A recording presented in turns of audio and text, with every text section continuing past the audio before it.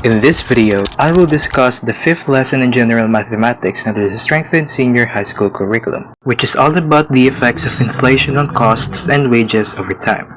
The difficulty level of this lesson is easy as long as you have watched the 4th lesson, so check it out if you haven't yet.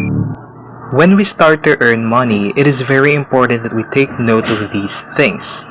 Do you have an idea what inflation is? I know na sometimes naririnig nyo ang salitang ito sa news or social media, but today, we will have a deeper understanding of this word. Inflation is the general increase in the prices of goods and services over time, which causes the purchasing power of money to decrease. So, ano po bang ibig sabihin nito? Kapag tumataas ang presyo ng mga bagay or services including essential needs like rice, electricity, mga presyo sa palengke, and gas, that phenomenon is called inflation. Paano naman for example ang scientific calculator biglaan ang pagtaas ng presyo pero yung ibang mga bagay nananatili yung presyo? Kapag isolated lang sa isang particular na product ang price increase, that is not necessarily due to inflation. And if you may ask, bakit kaya tumataas ang presyo ng isang bagay if not because of inflation? Well, maraming possible na causes like pagtaas ng demand, pagmamahal ng cost sa production nito, or nagkakaroon ng shortage sa calculators, which if you still remember ay na-discuss ito sa lower grade level sa Araling Panlipunan. Now, going back to the topic, ang pagtaas ng presyo ng calculator ay pwede namang maging sign ng inflation. If for example, sa iba't ibang sector kabilang na ang essential needs ay tumataas din ang presyo. Kasi technically, kahit tumaas ang presyo ng isang particular na produkto, hindi pa rin automatic na inflation yun kung isolated pa rin ang pagtaas sa ilang sector lamang. Ang tinitignan ng economists ay ang general price level ng economy because again, inflation causes the overall purchasing power of money to decrease. For example, you earned 20,000 pesos a month in 2006 and ganun pa rin ang sahod mo in 2026. Sa dami ng mga bagay na tumaas sa presyo, kahit na same lang din ang sahod mo, nababawasan ang purchasing power mo kasi hindi mo na naa-afford ang mga bagay na naa-afford mo dati. That is because of inflation. To better understand how inflation affects our daily lives, let us look at a practical example. This is Nicolas' monthly expense in 2016 and yung monthly salary niya after tax is 20,000 pesos. As you can see, ang total expenses niya ay mas maliit compared sa salary niya, which means may room pa siya for savings and emergency fund. So we can say that he is still capable to live comfortably. Now, let's take a look at the prices of the same products in 2026 due to inflation. Do you think if same pa rin ang sahod niya, ma-afford niya pa rin ang mga ito? The answer is no. So, ang conclusion na makukuha natin dito sa example is that the purchasing power of 20,000 pesos decreased. Now, this leads to the concept of nominal income and real income. These two are both ways of measuring a person's earnings. Nominal income is the amount of money a person earns without considering inflation. So for example, naka-earn ka ng 20,000 pesos per month, yung nominal income mo is 20,000 pesos pa rin. So kung ano yung natanggap mo, ayun na mismo yun. Real income is the amount of income adjusted for inflation. It reflects how much goods and services your income can actually buy. So ito yung sinasabi sa example natin kanina. When we say that the purchasing power of 20,000 pesos decreased, in other words, we can say that the real income decreased. So unlike the nominal income, inflation takes place in real income because we take into consideration yung pagbabago sa presyo. Ang real income ng isang entity ay pwedeng tumaas o bumaba depende na kung tumaas o bumaba ang presyo ng overall products or services kahit na stagnant yung kanyang sahod. So kapag may tumataas sa presyo ng mga bilihin or tumataas ang inflation rate, dapat yung mga sweldo ay tumataas din para maka-keep up sa expenses. Paano nga ba bine-measure ang inflation rate?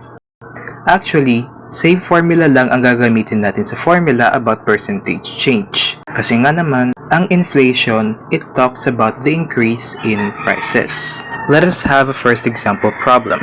To keep up with inflation, the company Sean is working in increased his monthly salary from 25,000 pesos to 27,500 pesos. What is the inflation rate?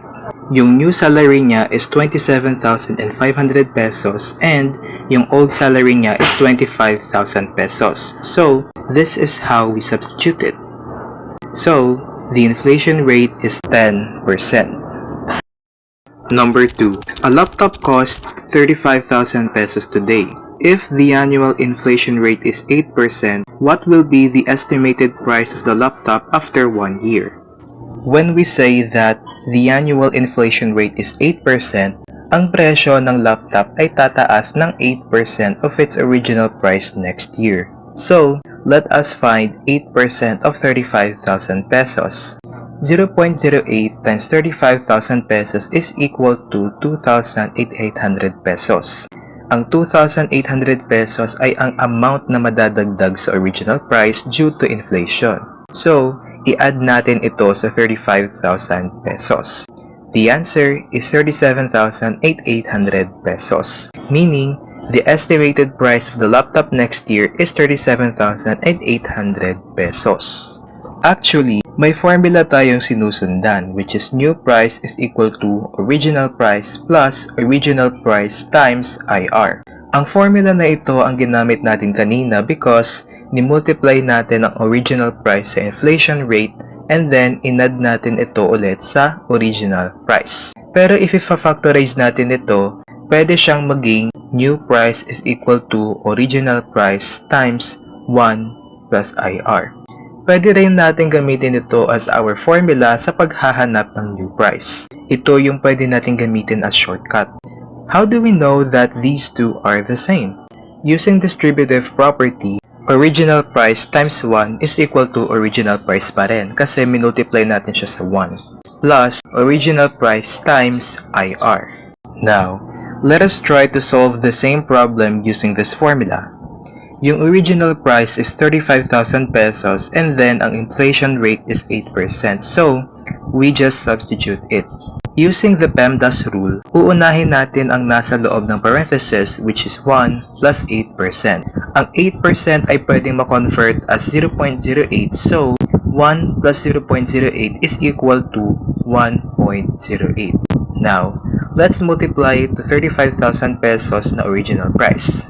The answer is 37,800 pesos, which is still the same answer. Number 3. A smartphone costs 18,500 pesos today. If the annual inflation rate is 12%, what will be the estimated price of the smartphone next year? Before I show you the computation, you can try this problem on your own. Feel free to use any technique that you are comfortable with. Now, let's do it the first way.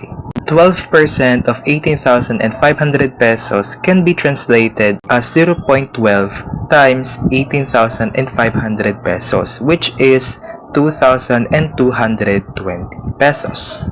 I-add natin ito sa original price na 18,500 pesos, so the new price is 20,220 pesos. How about using the shortcut formula? 18,500 pesos ang original price and then the inflation rate is 12%. So, isa-substitute natin siya like this.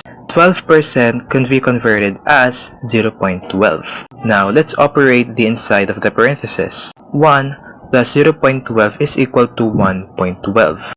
And then, let's multiply it to 18,500 pesos. So, the answer is 20,220 pesos. So again, same pa rin ang sagot. In the next video, we will continue with another example problem, so stay tuned for that.